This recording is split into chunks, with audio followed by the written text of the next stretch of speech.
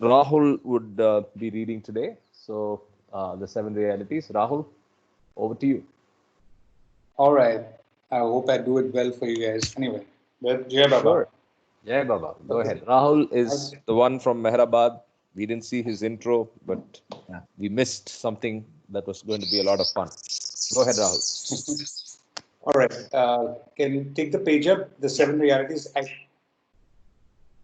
existence, love, sacrifice, renunciation, knowledge, control, and surrender. I give no importance to creed, dogma, caste, or the performance of religious ceremonies and rites, but to understanding of the following seven realities. The only real existence is that of the one and only God, who is the self in every finite self. The only real love is a love for this infinity, God, which arouses an intense longing to see, know, and become one with its truth. That's God. So the only real sacrifice in Sorry. Yeah. the only real sacrifice is that in which, in pursuance of this love, all things body, mind, position, welfare, and even life itself are sacrificed. Fourth, the real renunciation is that which abandons, even in the midst of worldly duties, all selfish thoughts and desires. Give me 1 second. Yeah. So number 5. The real knowledge is the knowledge that God is the inner dweller in good people and in so called bad, in saint and in so called sinner. This knowledge requires you to help all equally as circumstances demand without exception of reward. When compelled to take part in a dispute, to act without the slightest trace of enmity or hatred, to try and make others happy with brotherly or sisterly feelings for each one, and to harm no one in thought, word, or deed, not even those who harm you. Number 6, the only real control is the discipline of the senses to abstain from indulgence in low desires, which alone ensures absolute purity of character. The only real surrender is that in which poise is undisturbed by any adverse circumstance, and the individual, amidst every kind of hardship, is designed with perfect calm of the will of God. Jai Baba. Thank you so much. Mama, are you back? Is that your voice? No, I am able to hear, but I am not able to see anything. Oh, okay. Okay, go ahead. In both the devices. That's strange. Both the devices. In my desktop, you have not allowed me yet. Someone in the meeting should let you in soon. No, there's no request right here. Shows like that. I don't know. Oh, maybe. Anyway, go ahead. I am able to hear you. Okay. All right. Sorry about that. Ah.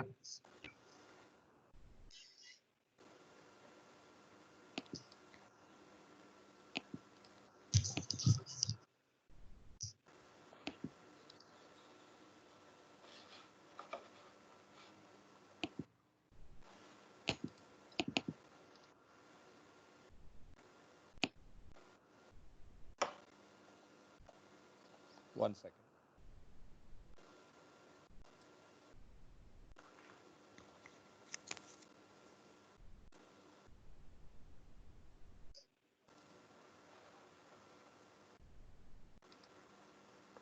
Okay, we were in page 273 on the physical and 294 on the combined PDF. I continue. Avatar Meher Baba ki jai. Only when it attains God realization on the seventh plane can the soul fully control its joy. The subtitle, yet again, Poise and Happiness of God Realized. I'll start again. Only when it attains God realization on the seventh plane can the soul fully control its joy. The unlimited happiness that is eternally his does not in any way unbalance the person because he is now permanently established in the poise of non duality.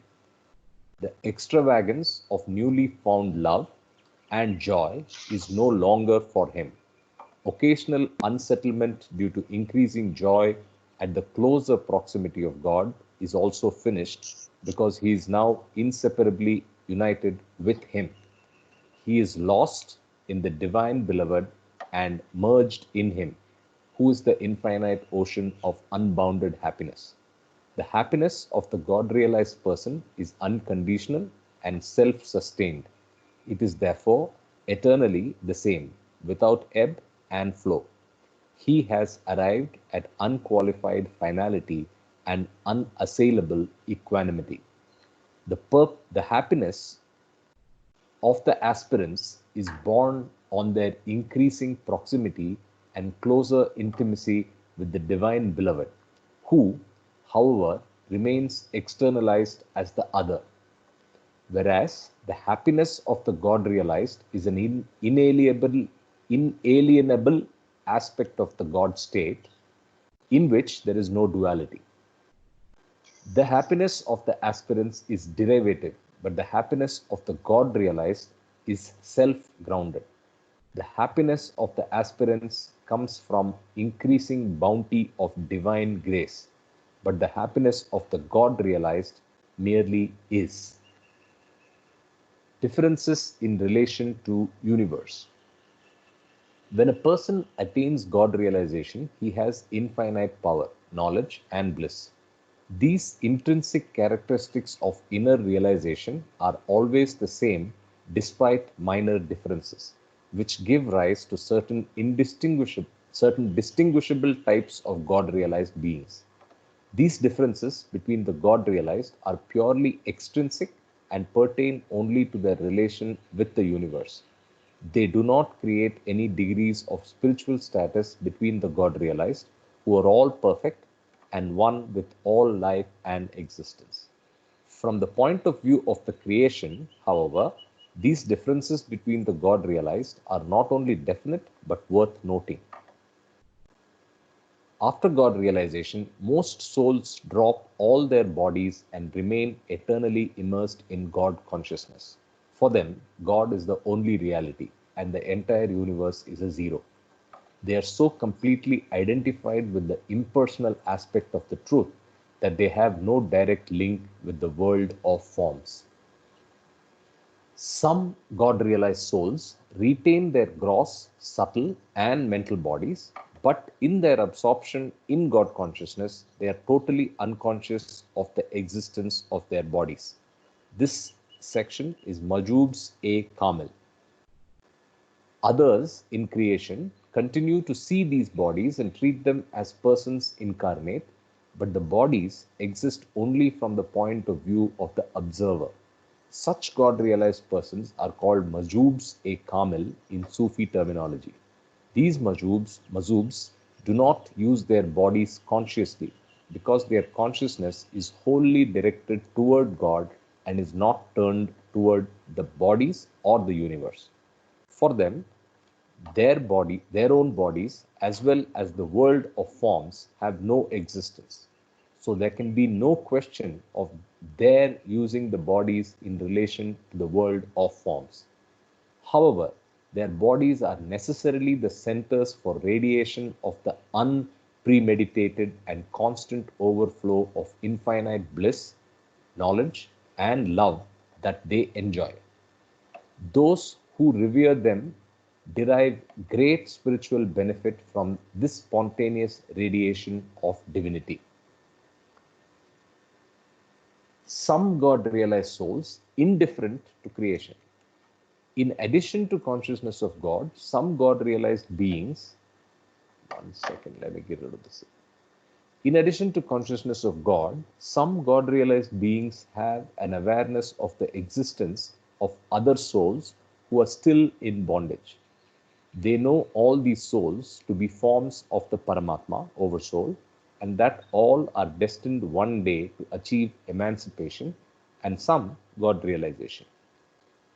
Being established in this knowledge, they remain indifferent to the provisional and changing lots of the soul who are in bondage.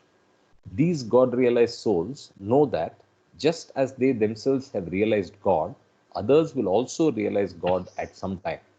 They are uninterested, however, in speeding up the God realization of those who are in bondage and take no active interest in the time process of creation.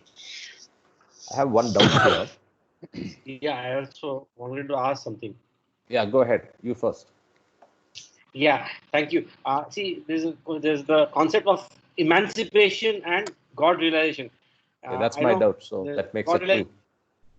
Sorry, you That also had makes the it two. Same doubt. Yeah. Oh, telepathy indeed. Okay, Yeah. fine. So please, I would really appreciate if you can throw some light. Somebody can throw some light because this is Yeah, must be new some word. degrees of. Thank you, thank you. Yeah, it's a new word. So we have not seen this, or maybe I have not registered it in God Speaks or Beam. So is there some distinction that anybody is aware of quickly, or we can continue? Well, I can tell you based on my understanding that after you have read God Speaks and you compare the notes with discourses, because these 2 pages, this particular section that we are reading, Man God 1, is about the different types of God realized souls. Okay. Now, the first thing we have to remember is that there is a difference between God realization and nirvana. Because God realization means nirvikalpa samadhi, infinite knowledge, infinite power, infinite bliss. So this was a very good question, because I never thought about it. But all are destined one day to achieve emancipation. So when I look at the word emancipation, you can call it manonash, the basic requirement for getting out of the samsara of births and deaths. Because in nirvana, you only experience bliss. You don't experience infinite knowledge or infinite power. So emancipation to me is almost equivalent to nirvana, which is, as you know from the definition in God Speaks, consciousness is, but God is not. Not. After nirvana comes nirvikalpa samadhi, which is what is God realization. I think this is the difference between nirvana and God realization. So nirvikalpa samadhi, sahaja samadhi, these are all come under the category of God realization.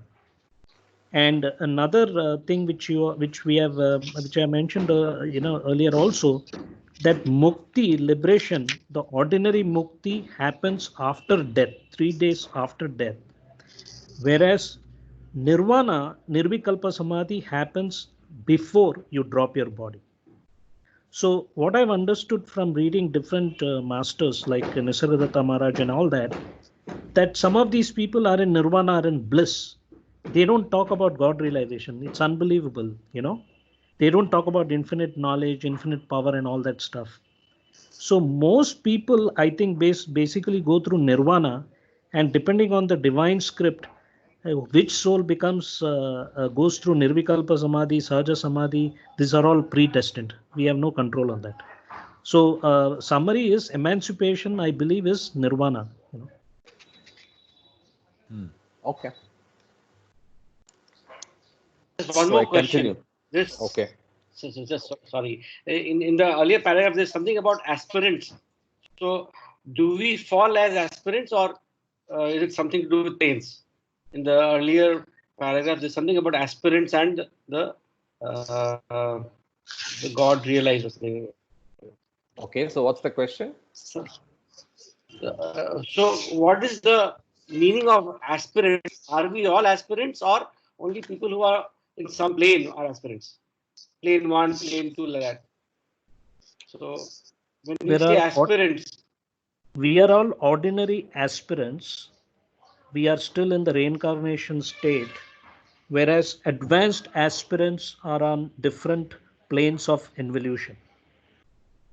Don't speak for everyone, Kama. Yes, but look, generally speaking, I agree with you. Okay.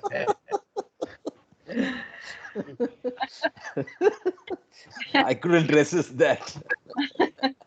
I say that the definition of aspirants is if you are genuine God realization only, and you are genuine in your God realization thing, you become an aspirant. That is my definition, of course. Okay. fine. Thank you. Thank you. Thank you. But, just one more thing, in that first line of this chapter that you're reading, it says, even before God realization, advanced aspirants pass through states of consciousness that in some ways are akin to the state of God realization. So that is why I made the difference between ordinary Yeah, aspirants and advanced aspirants. great. Yeah, you are right, Kama. I think I also agree that there are advanced aspirants and there are aspirants. I won't say they are not aspirants. Aspirants and advanced aspirants. This is the differentiation shown by Baba in his books also. Great. But I don't think I don't say that we are all not advanced aspirants or we are not aspirants. I don't think I would say that. The difference Yeah, I'm just joking. is Yeah. there. Yeah, somebody is knocking now.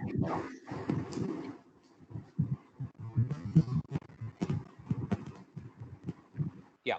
So if everybody can go back into mute, if that addresses Ashok's question on aspirants, we can continue.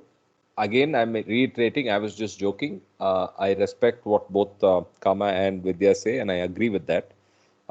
So it's a gradation, aspirants, advanced aspirants, and yes, all of us are aspirants.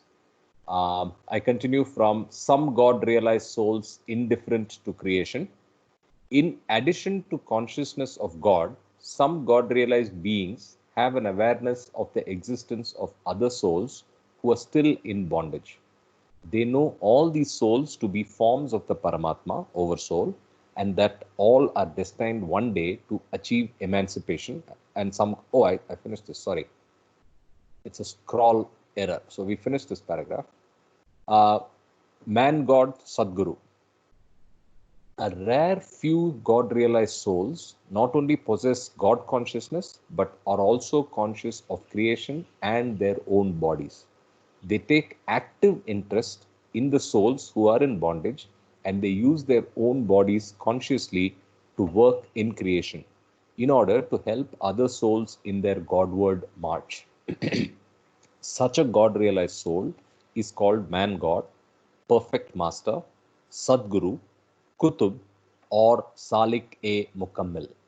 The man God experiences himself as the center of the entire universe, and everyone, high or low, good or bad, is at the same distance from him. In the Sufi tradition, this is called the Kutub. The Kutub controls the whole universe through his agents.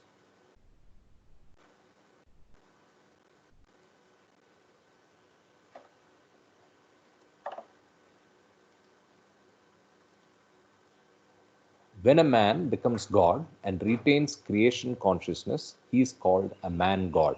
But when God becomes man, he is called the God man or the avatar. So now we are talking about God man, the avatar. The God man is the foremost Sadguru who was the first to emerge through evolution and involution, and he helps all souls in bondage through his recurrent advents. However, from the point of view of the fundamental characteristics of consciousness and the nature of his work in creation, the God man is like any other man God. The God man and the man God never lose their God consciousness even for an instant, although they may be engaged in all sorts of activities in relation to creation. Neither has a finite and limited mind. Both work through the universal mind when they desire to help other souls. Okay. With that, we finish the part 1. Now we continue with Man God, part 2. The state of the man God. Karthik, I noticed something here which is first time for me. The God man is the foremost Sadguru who was the first to emerge through evolution and involution. So he's the first Sadguru who becomes avatar and his advent comes again and again. So I'm not sure if this is of significance, but I didn't realize this point before. Yeah, but if you recollect even the para that we read a couple of days back, or maybe it was yesterday, in the beams, he distinguishes this, in the greatest detail. he says that it's just the first soul in creation that goes through this whole process of involution didn't Right. have a master. Okay, yeah. So that's Didn't what have it's didn't have a master. But then at the time when that body was ready, when that soul's body was ready, right. consciousness came into him, and basically the avatar took an advent, the first advent. So First advent. in a sense, the statement is right, but just I think we have to understand it in the context of what he says in Beams, which Right. I found I was able to relate better because it's mathematical. If it was the first soul, then is the first soul coming again and again? No. He used the body of the first soul to make the advent. Okay, yeah, that's the distinction. Yeah. Okay, thank you. Kama? If I can just add, Karthik, what we learned is that when we think about God or we talk about the first soul, so it's sort of the uncaused cause. If you go by cause and effect, the theory of cause and effect, so the uncaused cause, something which came into existence by itself. Yes. You're referring to the advent being the uncaused cause? Yes, the advent, the first advent, or whenever the process of God-man. The God-man. Yes. Okay. Correct. I feel. Am I audible? Yes, very much. Yes. As for the Beams, what we read, it is the first soul which has gone through the evolution and involution, reincarnation and then involution, and reached the seventh plane. And at this point, there is something coming down from the beyond state, and then it becomes an avatar. And this soul remains as such. Every time the same soul comes into different bodies. Yes. If everybody wants, we can actually read that one paragraph. Yesterday, I was able to bring it up quickly. I hope I can do the same today. Is everybody okay with just reading that quickly? Yes. Perfect. Sure. Please go ahead. Yeah. I will get it.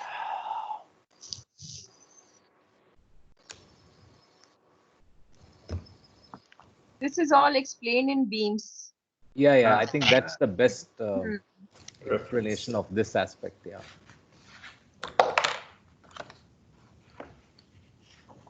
I'm just bringing it up. Give me 1 second.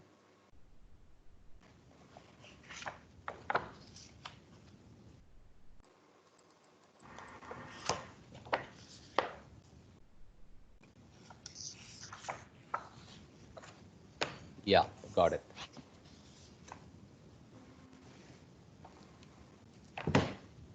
So I'm starting from the second para in page 28, and just this para is enough. The avatar, is it visible for everybody? Yes. Yeah. Yes. The avatar is the first master of the first God realized soul. But he goes on, but in God realization, the full consciousness of the first master became fused with the eternally infinite consciousness of the avatar. Therefore, with the coming down of the first God realized man, the avatar himself descended and took an incarnation in his body. So, from the point of view of incarnation, the avatar is the same as the first master. This master had no master in the human form, but all subsequent masters have had masters in the human form to help them in truth realization. And somewhere else, he also points out that subsequent advents needed of course, the wick of righteousness to pale, and then creation needing the presence of the advent. But he also says that the perfect masters kind of decide the readiness and the need for it, and they play a big role in the advent itself. Of the avatar. Of the avatar. And the first avatar was Izad, which we, do it in the prayer, the last line in the prayer. Okay. Mm-hmm. I didn't know that. Izad, the No, only actually, one worthy of Adam, worship. Yazad, Yazad Adam also is the they first say it, avatar. Yazad or Izad. You know, I read somewhere that Adam and Eve, Adam is considered the first avatar. Of course, these are all semantics, but there is an ambiguity in this particular, Beams thing, because you should also read the first paragraph, because in the first paragraph, it clearly says that the infinite consciousness, okay, the infinite consciousness. Now, the definition of avatar, in my understanding, technically is avatar is not God, it's God in human form. Correct. God Right. is infinite consciousness. Okay. So I think there is an ambiguity in the way this both these paragraphs. So when you read the first paragraph here, when it splits into two, the whim, infinite consciousness and infinite unconsciousness. So Yeah. that infinite consciousness is the Avatar. Nirguna Nirakar, and Correct. it is God.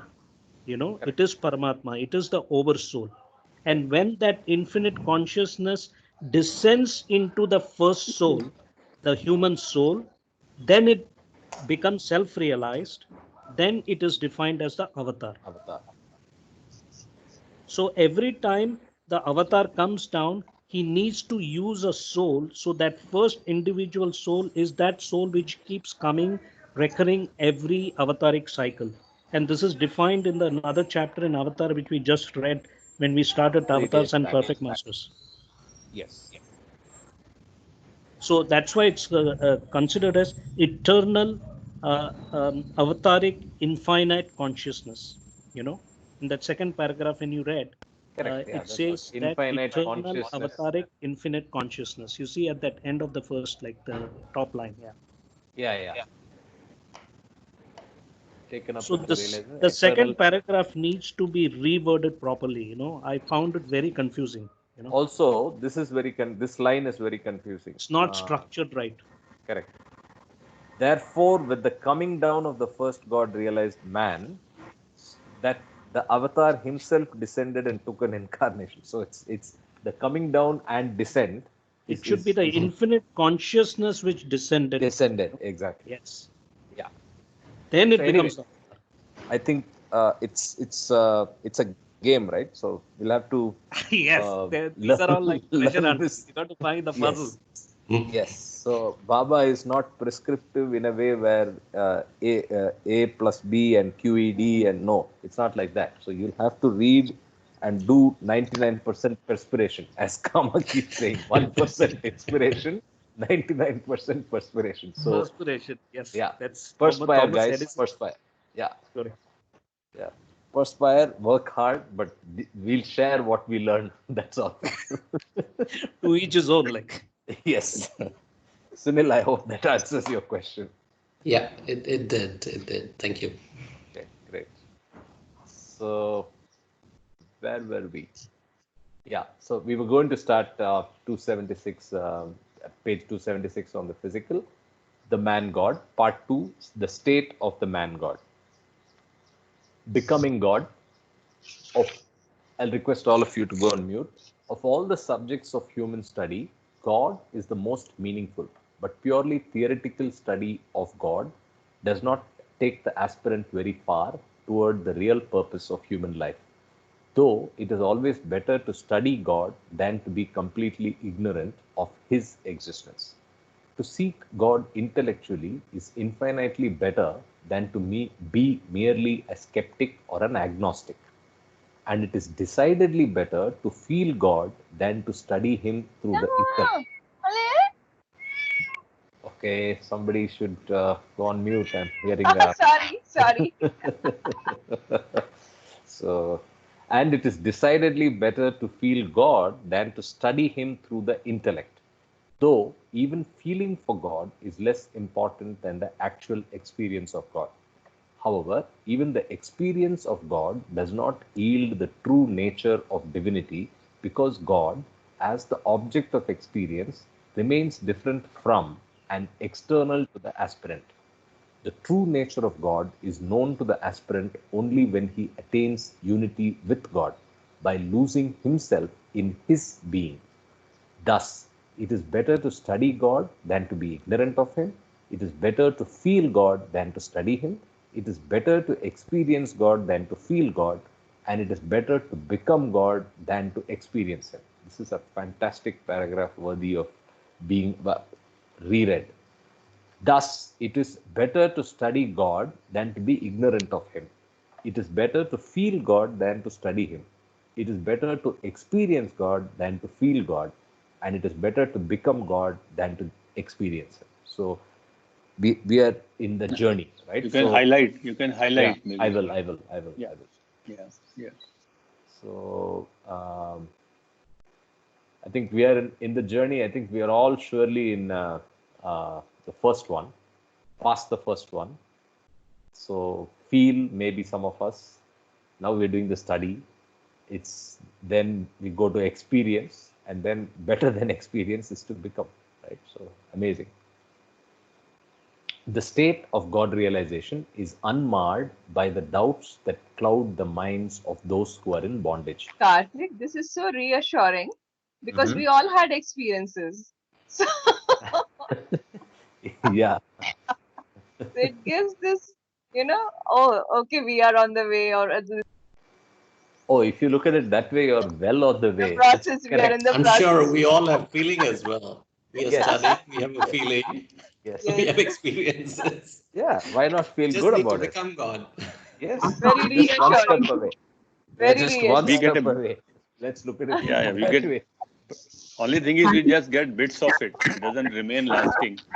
Just the glimpses, Correct. nothing else. Yeah. Correct. Yeah. I have one comment. I have a problem with that word becoming God. Right in the first paragraph, that highlight, becoming God seems like an oxymoron, because when you look at the whole purpose of creation, the Atma is part of the Paramatma, which means you are God. Actually, it is about, we are already human beings. We are human becoming. So I can understand becoming healthy. If you have a headache, that is not your natural state. So to become healthy is to remove the headache. And the removing the headache is basically to get rid of the ego. So we are technically all in the image of God. But what prevents us from being God is because of the ego, the sanskaras. So I find it very challenging to say becoming, then it's a problem. Then you're in duality. So it's just a semantics, I believe, becoming God. So Just my. I think it's I present. want to say something here. Sure. In the sentence, just go back, Karthik. Sure. Correct, same para, that yellow, I couldn't, full para of yellow, highlighted in yellow. Yeah. From here. Yeah, so thus it is better to study God than to be ignorant of Him. So this denotes the knowledge part of it. When we are studying God, we are talking in the knowledge realm. So it also means that this is the beginning of understanding the God, and also instead of not doing anything and saying, okay, it is not for me, I was saying that better to study Him because this is a beginning elementary stage. Then it is better to feel God. This is in the knowledge realm. It is better to feel God than to study Him. This is written on the, this is on the mental plane, or you are just trying to study Him and all that stuff. This is on the mental plane, and this is a little advanced way of looking at God. Then it is better to experience God than to feel Him. This denotes on the fifth and sixth plane when you are experiencing God, because when you see God, when you see Him outside, this is on the experiencing God. And again, I lost the yellow part. Please, can you go back? Yeah. Are you able to see it now? No, it is moved up. Then it is better to become God than to experience Him. This denotes Seventh plane where you become God. So this particular line also talks about the involution process, and only at Kama, I don't know if it makes any sense to you. It is not, it is about, it's not that we are not God, we are also God, but we are unconscious that we are God. When by saying to become God is to not to be played with words and the language itself, but to understand that becoming God means you actually realize God. And realization is a process that how much ever we try to explain in English and languages cannot be explained. Each one will have their own interpretation, doubts till you reach there. So all the theories to be held till we reach there, I think it makes a lot of sense if you pursue it like that. Agreed. Agreed. Yes, you're correct, Vidya. Kama, what is the way ahead after the seventh plane? Sorry, could you repeat the question? What is the actual happening after seventh plane, reaching the seventh plane? Very difficult question. I think first Only of Baba all, can answer you this. no, No, but because seriously, that I mean, becoming and being God, that is a bit worrying. That's why I asked this question. see, to me, it's very simple. We are defined as human beings, not human becomings. No, Of no, no. course, That this is, a I play on understand words. your concern. Right. But my question is, what is after seventh plane? No, only there is no after seventh plane. In the seventh plane, there is no mind. That's it. Okay. You have only experienced bliss if you're in nirvana. And it clearly says, like what we read in the last chapter, where the question of emancipation came, he said they know all these souls to be the forms of the Paramatma over soul, and that all are destined one day to achieve emancipation, which means everybody, every soul will achieve nirvana and some God realization. So that is a big difference. So you will have bliss. You might not have infinite knowledge and infinite power, but you will experience bliss. That every soul is destined to experience bliss at the seventh plane. This is what I have understood. No, if you go to the example of the ocean and the drop, does the drop join the ocean or get devoured in the ocean? Yes. Then you are becoming God. Well, yeah, you could say that. Yes. Technically, yes. I think it is in that context that the word becoming is used there, right? In the step of going back to that state. Yes, I think. probably. That's Yeah, I think. I don't know if the question was meant for Kama because he started with the question Kama. So can I come in, Mr. Sure. yes, Anybody can yes, answer. yes, sure. Okay. So what happens after reaching seventh plane? The first thing is, Baba has said that God realization has got 4 journeys. It is not just one journey. So reaching seventh plane is the end of probably the first journey. After you reach seventh plane, you only understand that you are one with God. And you may have your body or you may not have your body, but the consciousness remains there saying, experiencing or just being one with God in the God form. Now we're talking about from there the God beyond God state starts. So what is the original form of God? When God was not even aware that he was God, he did not have the consciousness of himself. So when there is a consciousness that I am God state, you are still not in the beyond God state. I mean the original form. So the journey still continues even after you reach seventh plane. It is not the end of the journey. The journey still continues. So one be ready to say that you're not yet reached even after seventh. how you experience on seventh plane is something cannot be explained in words. Baba has explained enough in words. I think if we read, we can get an idea, but still I don't think anyone can really explain how it feels playing. Yes, maybe we are playing around the words here.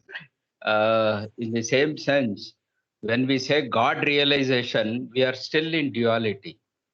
God is something and we realize that God. That is in duality itself. True. Doobna hai.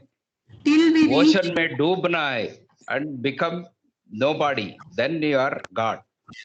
till the sixth plane, till the reaching of seventh plane, there is duality.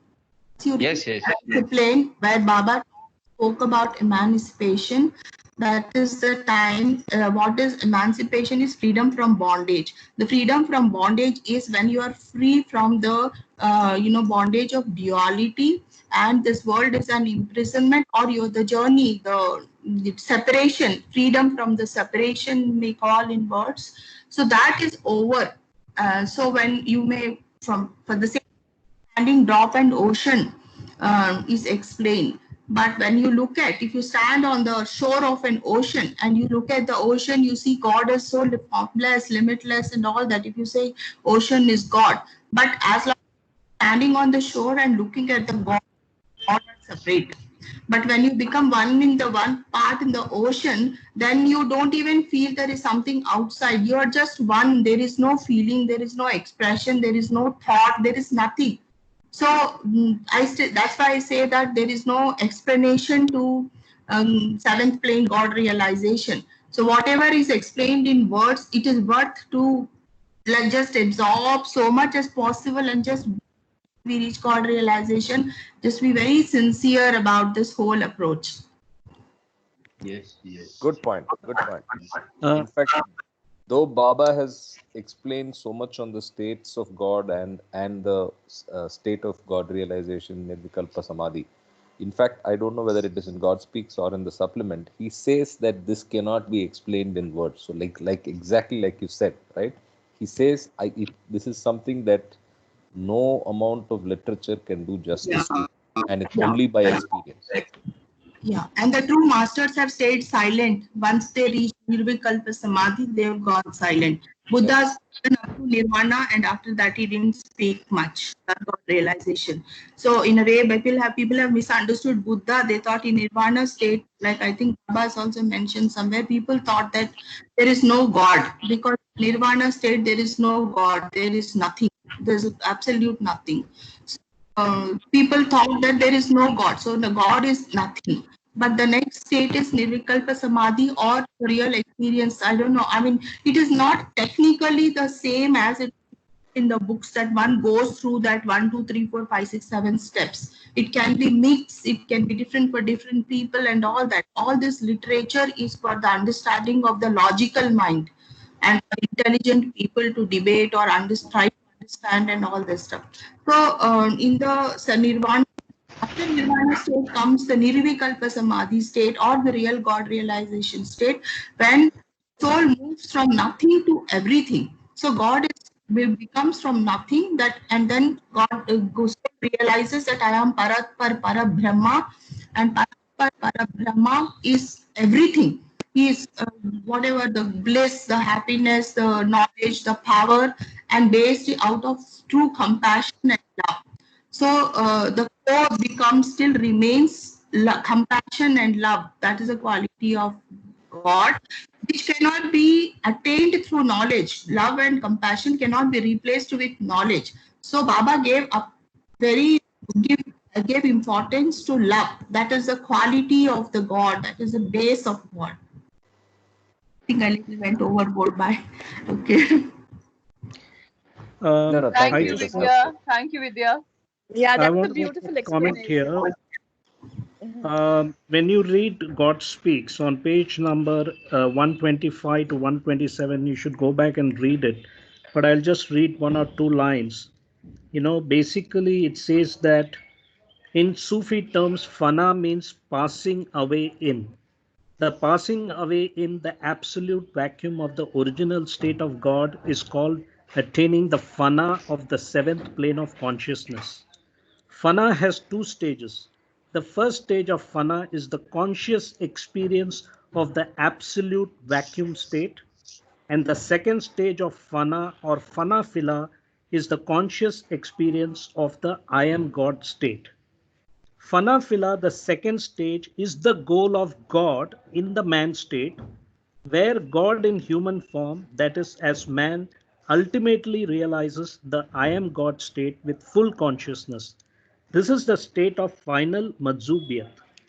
Now, then in the next page, it says, as it can never happen for God not to exist in the state of nirvana, God plays the part of consciousness itself, which consciousness sometimes termed super consciousness or Mahachaitanya. The second stage of fana follows this nirvana state, and the I am God state is experienced consciously. However, it is only in some cases that the first stage of fana is immediately followed by the second stage of fana called fana phila. So it's very clearly mentioned that everybody who attains, because it says that every soul will attain nirvana, but it doesn't mean that every soul will transition from nirvana to nirvikalpa. That's what I've understood from this sentence in God Speaks. There are different states of God realization, but I think depending on the divine script, which soul goes into nirvikalpa samadhi or sahaja samadhi, not every soul is going to go into that. This is what I've understood. Hey, Baba. Jai Baba. Thank you. So I will continue. I'll start from the highlighted portion. The state of God realization is unmarred by the doubts that cloud the minds of those who are in bondage. Those in bondage are in a constant state of uncertainty about their whence and whither. The God realized, on the other hand, are at the very heart of creation, where its source and end are known. The God realized soul knows itself to be God as surely as an ordinary person knows himself to be a human being and not an animal. Supreme certainty, that's the name of the section.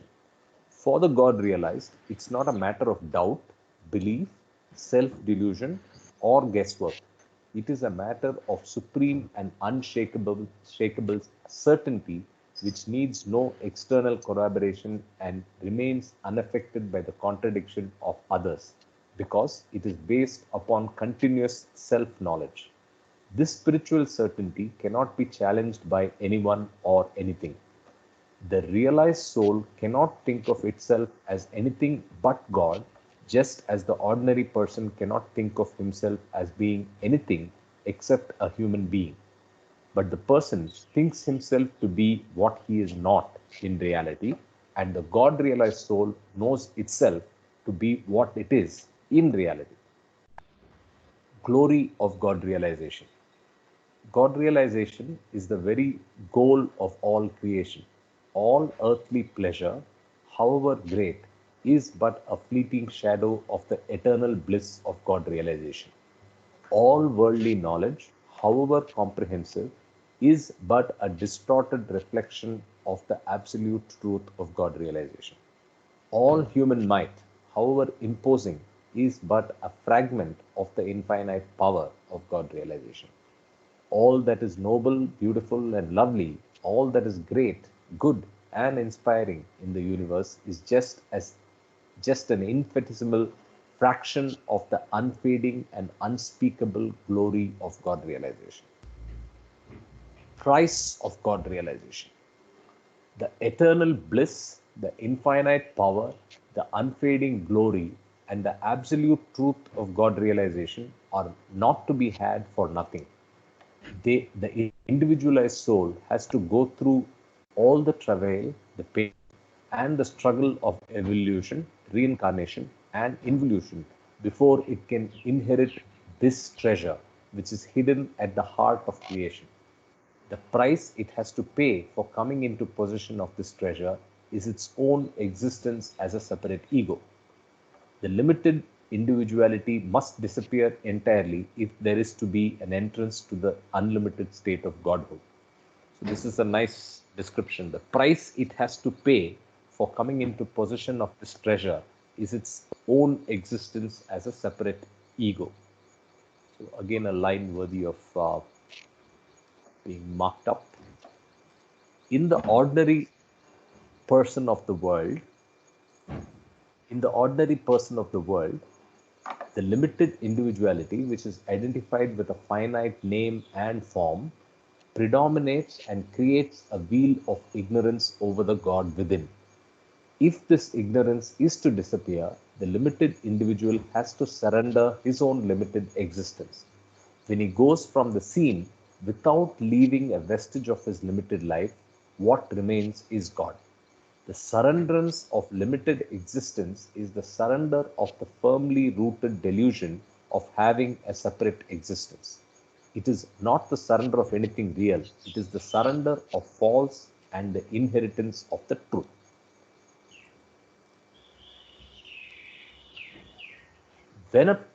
Two aspects of man-God. When a person is crossing the inner planes toward God realization, he becomes successively unconscious of the gross, subtle, and mental worlds, as well as his own gross, subtle, and mental bodies. But after God realization, a few souls again descend or come down and become conscious of the whole creation, as well as their gross, subtle, and mental bodies, without in any way jeopardizing their God consciousness. Only 5 of them function as perfect masters. God, as God alone, is not consciously man, and man, as man alone, is not consciously God. The man-God is consciously God as well as man. Yet, by again becoming conscious of creation, the man-God does not suffer the slightest deterioration of spiritual status. The man-God is not caught up in creation.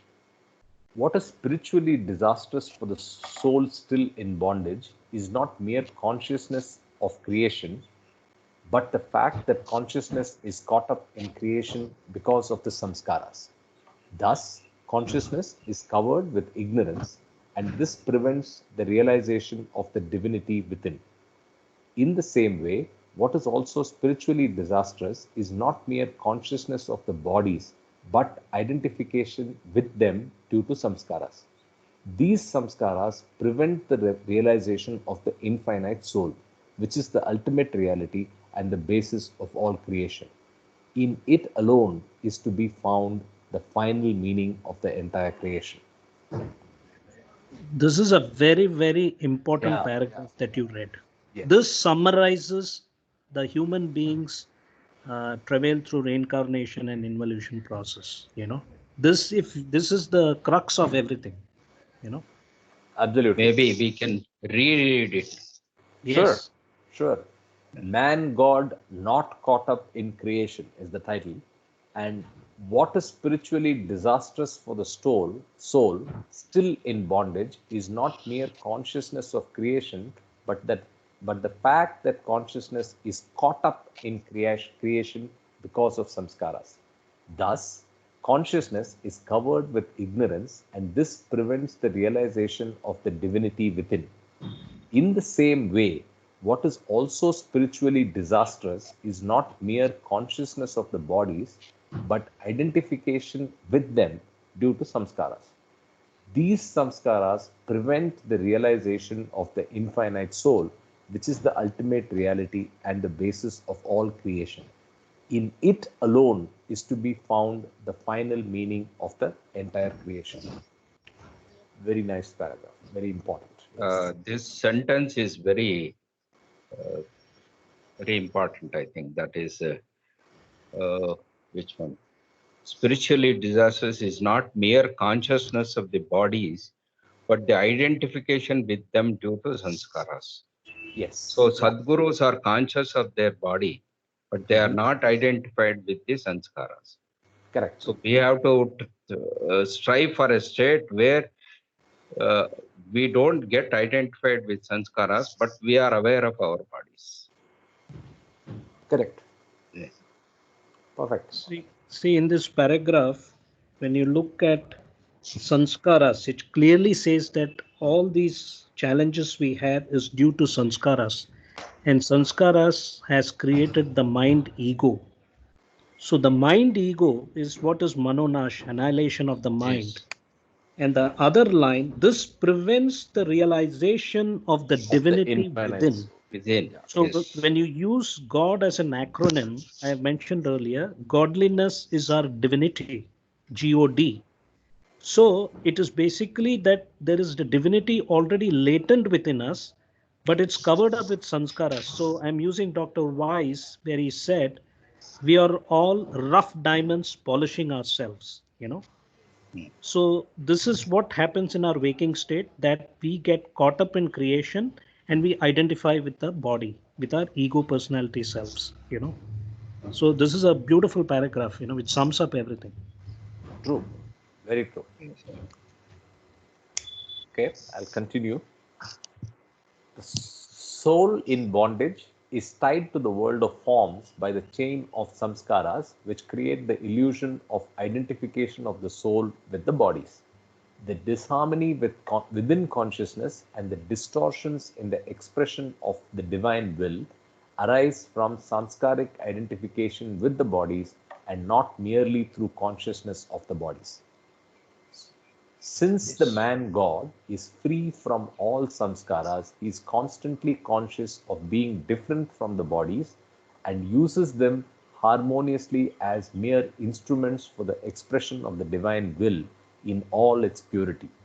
The bodies are to the man God what a wig is to a bald man.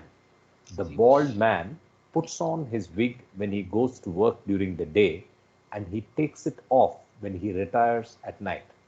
So the man God uses his bodies when he needs them for his work, but he is free of them when he does not need them and knows them to be utterly different from his true being as God. This is again a very clear distinction and example. Yeah.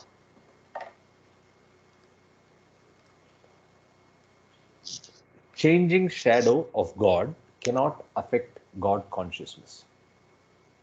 The man God knows himself to be infinite and beyond all forms, and with complete detachment, he can therefore remain conscious of creation without being caught up in it. The falseness of the phenomenal world consists in its not being understood properly, that is, as being an illusory expression of the infinite spirit. Read that line again. The falseness of the phenomenal world consists in its not being understood properly, that is, as being an illusory expression of the infinite spirit. Ignorance consists in taking the form as complete in itself without any reference to the infinite spirit of which it is the expression. The man God realizes the truth. He is conscious of the true nature of God as well as the true nature of creation, and yet this does not involve him in any consciousness of duality, because for him creation does not exist as anything but the changing shadow of God, who is the only eternal and real existence and who is at the heart of creation. The man God can therefore remain conscious of creation without lessening his God consciousness, and he continues to work in the world of forms for the furtherance of the primary purpose of creation, which is to create full self-knowledge or God realization in every soul. So with that, I will stop here today. I have a couple of quick announcements to make, and then we can go from there. So as always, we'll probably have a slightly relaxed ending on Saturday and Sunday, so we can save our questions and discussions for that. There are two things that have been shared in the last 24 hours which are very important for all of us to read.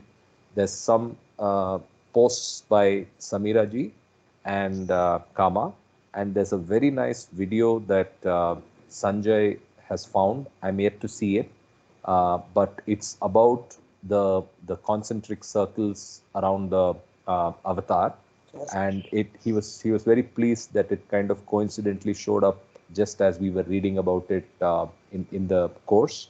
So I request all of you to find 20 minutes sometime today to see that video. She talks about what Baba told him and told him to paint. So I'm sure it will be a beautiful experience for us at the right time. Please also make sure to, yeah, I think those are the two things, the two posts that I wanted to bring up. Anything else before we wind up? The link for Rono? Yes, Is it's it already about on. Rono? Yes, it's already Yeah, I was posted. about to put it. Yeah, it has all the Rano chart Gali. and diagrams in it in between. Yes, yes, Yeah, yes. Please see it because I think it's a good, timely reference point for us. yes. Please see the video. It's 20 minutes long, just so that you plan it sometime Yeah, during the Jai day. Baba. That's nice. Yeah. Jai Baba. Jai Baba, everybody. Have a Jai great Jai day. Baba. Baba. Jai Baba. Jai Baba. Jai Have a good Baba. day. Jai Jai Baba. Baba. Jai Baba. Jai Baba. Jai Baba. Bye.